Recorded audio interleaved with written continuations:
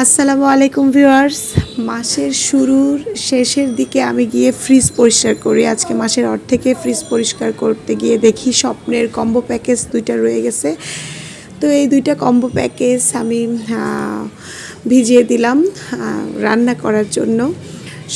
এই স্বপ্নের কম্বো প্যাকেজের সাথে আলু ছিল, আমি আলুগুলা সহ ফ্রিজে রেখেছিলাম। তো দেখেন কি অবস্থা, এগুলো সহ খুলে চলে আসছে আর আলুগুলো সহ মাংসের সাথে লেগে গেছে।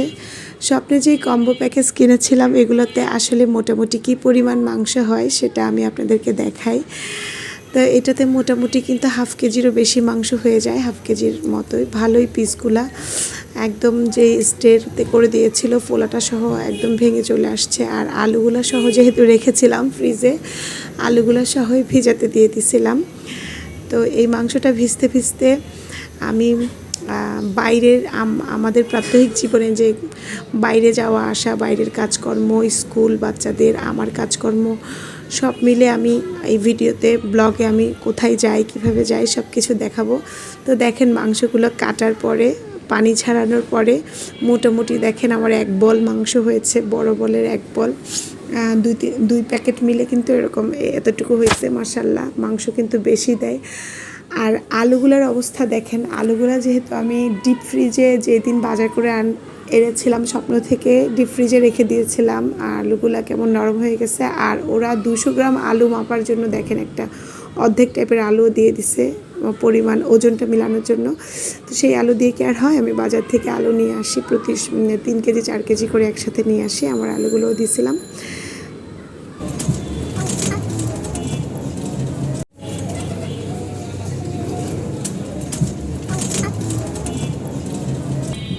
তারপর গাইস, আপনারা তো দেখেন শুধু আমি রান্না করি, ব্লগ বানাই, আমি বাইরে কত কাজ করি সেটা কিন্তু আমি বলি না। আমার 2টা বাচ্চার স্কুল কিন্তু 2 দিকে।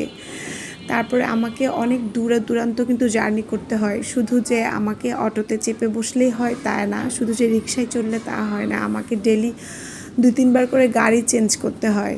মানে একবার আমাকে 11 পর্যন্ত যেতে হয় স্কুলে ইয়েতে চড়ে, আপনার মেট্রো ট্রেনে চড়ে। তারপরে ওখান থেকে 11তে নামার পরে আমাকে আবার সি ব্লকে ঢুকতে হয় পল্লবীর দিকে, সেখানে আমাকে যেতে হয় অটোতে করে।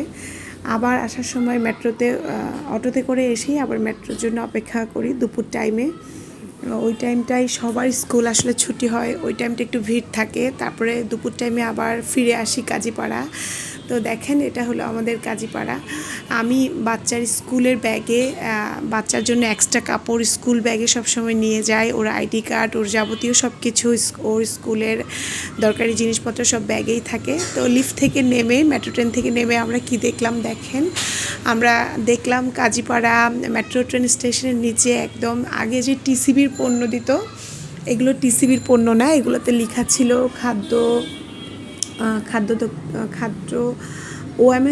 ওএমএসএস টাইপের কিছু ঠিকানা দিয়েছিল। আগে আমরা দেখতাম টিসিবি মানে খাদ্য অধিদপ্তরের, এখন লেখা আছে ওএমএসএস। তো এখানে দীর্ঘ লাইন থাকে, মানুষ আসলে সেই সকাল 6টা থেকে থাকে।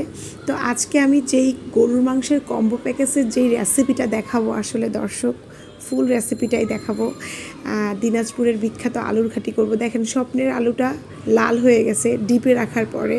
আর আমার যে আলুগুলা বাহিরের বাজার থেকে কেনা, সেই আলুগুলা কিন্তু সাদাই রয়ে গেছে, মানে ফ্রেশ আছে। আর স্বপ্নের আলুগুলো আমি যেহেতু ডিপ ফ্রিজে রেখেছি, তাই ওই আলুগুলা ইয়েলো টাইপের হয়ে গেছে। তো আমি এখানে গরুর মাংস রান্না শুরু করে দিয়েছি। আমাকে কিন্তু বাহির থেকে এসে রান্নাবান্নাও করতে হয়। লাকিলি কোনো দিন যদি আমার হাজবেন্ড বাসায় থাকে, যেমন ও যেদিন করে বাসায় থাকে, ও কিন্তু আমাকে রান্না করে, আমাদের সবাইকে রান্না করে খাওয়ায়। এই দিক থেকে আমি খুব লাকি। মানুষ কিন্তু পার্সোনাল কথা বলে দেয় না। আমার এটা যেহেতু পার্সোনাল ব্লগ, আমার ভিউয়ার্সরা এটা দেখে, তাদের জানার অধিকার আছে। আমি যেহেতু লাইফস্টাইল দেখাই এখানে, তো লাকিলি আমি কিন্তু অনেক সময় হাজবেন্ডের হাতে রান্না খেতে পারি, অনেক সময় বাসায় ফিরে আমাকে রান্না করতে হয়।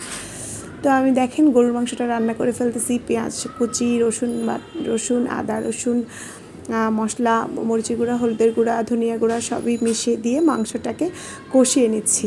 এখানে একটা কথা বলে রাখি ভিউয়ার্স, এই মাংসটা অ্যাকচুয়ালি আমি রান্না করেছিলাম গতকালকে। ভিডিওতে যেটা দেখিয়েছি এটা আসলে গতকালকের ভিডিও।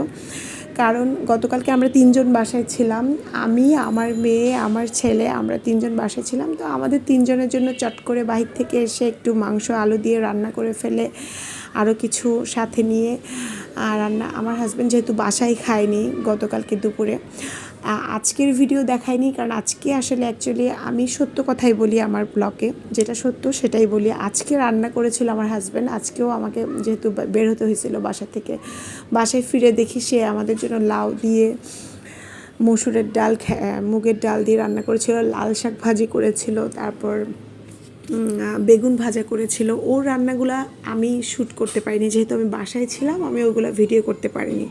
আমার রান্নাগুলাই এগুলো আমি গতকালকে দুপুরবেলার রান্না এবং রাতেরও রান্না দেখাবো আরও কিছু, সেগুলো আপনাদের সাথে শেয়ার করছি। তো আমি এখানে দেখেন, আমি বলেছি দিনাজপুরের আলুর ঘাটির মতো করে আমি গরুর মাংসের সাথে এটা রান্না করব। দিনাজপুরের গরুর মাংসের আলুর ঘাটি এই রেসিপিটার নাম অ্যাকচুয়ালি। কারণ আমরা নর্মালি আলু দিয়ে গরুর গোশত যেরকমটা খাই সেরকম কিন্তু আলুটা অনেক পরে দিতে হয়, গোশতটা সিদ্ধ হওয়ার পরে আলুটা দিতে হয়। তো আমি এখানে লবণ দিয়ে কষিয়ে নিচ্ছি। এক্ষেত্রে কিন্তু আমি আলুটা আগে দিয়ে দিয়েছি, কারণ এখানে আলুটা গলে যাবে, এটা আলুর ঘাটির মতো হবে।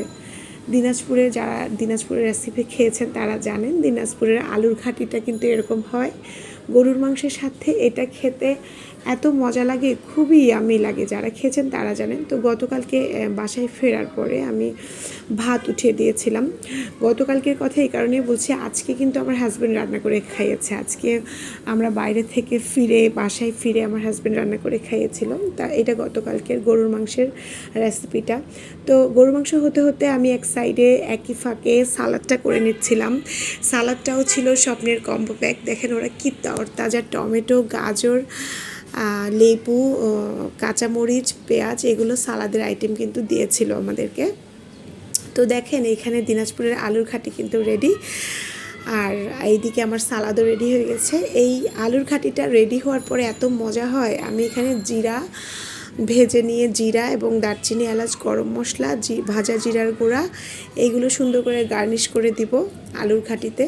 এটা মাংসটা সম্পূর্ণ সেদ্ধ হয়ে যাওয়ার পরে কিন্তু এটা দিতে হবে। তো নর্মালি আমরা 3 জন মিলে এই যে রান্নাটা খেয়েছি, এটা কিন্তু খুবই মজা হয়েছে। স্বপ্নের প্যাকেজ কিনে আপনারা কিন্তু ঠকবেন না, অন্তত যারা খেতে পারে। আমরা প্রতিদিন তো আর আমাদেরও প্রতি মাসে কিন্তু এত বেশি কিনে খাওয়ার সামর্থ্য থাকে না। আর কে কী বললো এটা বিষয় না, আপনি কিনে আপনার তৃপ্তি মতো খেলেন, এটাই হলো বিষয়। তো দেখেন রেডি হয়ে গেল আমার দিনাজপুরের আলুর ঘাটি। আমি সাধারণত আমার রান্না চ্যানেলগুলোতে, আমার বাংলা ফুড স্টাইল চ্যানেলগুলোতে আমার রান্না দেখাই, আর এটা ডেলি লাইফ ব্লগ, এখানেও আমি আমার রান্নাটা দেখাই। এটা দেখতে যেমন তেমন, খেতে কিন্তু এত মজা হয়েছে। আর আমরা এটার সাথে খিচুড়িও করেছিলাম গতকালকে দুপুরে। আমি ভাত বসিয়ে দিয়েছিলাম, আর যেহেতু দেরি হয়ে গেছিলো বাহির থেকে এসে, আর রাতে করেছিলাম খিচুড়ি, মানে আমার হাজব্যান্ড বাসায় ফিরে যাতে খিচুড়ি খেতে পারে। আর রাতে আবার আমি সবজিও করে রেখেছি, যেহেতু আমি সকালে সময় পাই না রুটি দিয়ে খাবে বা ভাত দিয়ে খাবে, আমার হাজব্যান্ড যদি অফিসে চলে যায়, এই জন্য আমি করে রেখেছিলাম। মুগ ডাল দিয়ে মসুর ডাল একটু ভাজা করে নিয়েছিলাম। গতকালকে হয়েছিল কি, আমি আমার মেয়ের সাথে কথা বলতে বলতে, ক্লাস পার্টি নিয়ে কথা বলতে বলতে আমার ডালটা ভাজা করতে গিয়ে একটু কালো হয়ে গেছিলো, পুড়ে গেছিলো। পরে ওইগুলাই আবার আমি আমার মেয়েকে বাছতে দিয়েছিলাম, যে তুমি এই ডালগুলো তোমার কারণে পুড়ে গেছে, তুমি এখন এগুলো বেছে টেছে দিবা। তারপরে ও বেছে টেছে দেওয়ার পরে আমি এই সবজিটা করেছিলাম। একদম 50 টাকা দিয়ে একটা ফুলকপি কিনে নিয়ে এসেছি। শীতের রঙিন সবজি কিন্তু বাজারে চলে আসছে, কিন্তু দাম কমে নাই। ফুলকপি 50 টাকায় ছিল, এটা দাম কমে নাই। আর গরুর মাংস যেহেতু ছিল, আমরা দুপুরবেলা ডাল করেছিলাম, এটা রাতের বেলা তো খিচুড়ি ছিল। তো ডাল বেঁচে গেলে আমি আবার ওটা ফ্রিজে রেখে দেই। তো আলুর ঘাটি দিয়ে সাদা ভাত দিয়ে খেতে কিন্তু অনেক ভালো লেগেছিল, অনেক মজার ছিল রান্নাটা। এটা গতকাল সারাদিন আমি কি রান্না করেছি সেটারই ভিডিও আজকে আমি এডিট করেছি। আজকে যেহেতু আমি বাসায় ছিলাম না, আমাকে বের হতে হয়, আমাকে বাইরের কাজ, বাসার কাজ সবই করতে হয়, এই কারণে সময় পাইনি। ভালো লাগলে লাইক শেয়ার করবেন।